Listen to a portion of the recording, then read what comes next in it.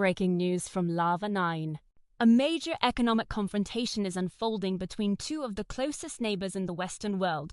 Canadian Prime Minister Mark Carney says Canada is now facing what he describes as an economic attack from the United States after President Donald Trump imposed sweeping new tariffs on Canadian goods. The new American tariffs have reached 50% on approximately $20 billion worth of Canadian products after crucial trade negotiations between Washington and Ottawa collapsed. Carney responded with unusually strong language, declaring, "You're at war when you get attacked.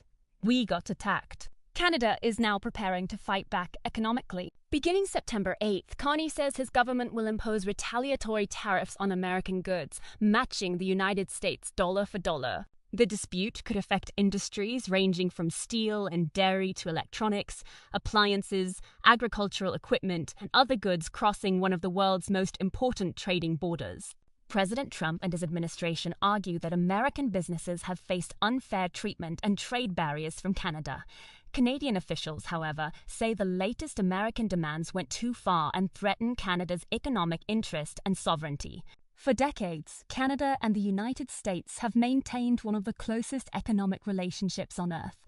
Now that relationship is facing one of its most serious tests.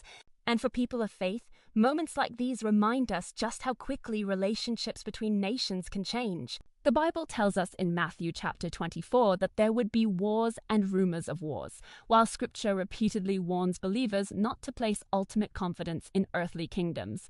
This does not mean every tariff dispute fulfills biblical prophecy, but it does remind us that political alliances, economies, and governments can change suddenly. Today, two longtime allies are exchanging tariffs. Tomorrow, the consequences could reach businesses, workers, and families far beyond their borders. As tensions rise, Christians are called not to panic, but to remain watchful, prayerful, and grounded in truth. The question now is whether Washington and Ottawa can return to negotiations or whether this economic confrontation is only beginning. This is Larva 9 News. Faith, truth, hope. Stay informed, stay watchful, and above all, keep the faith.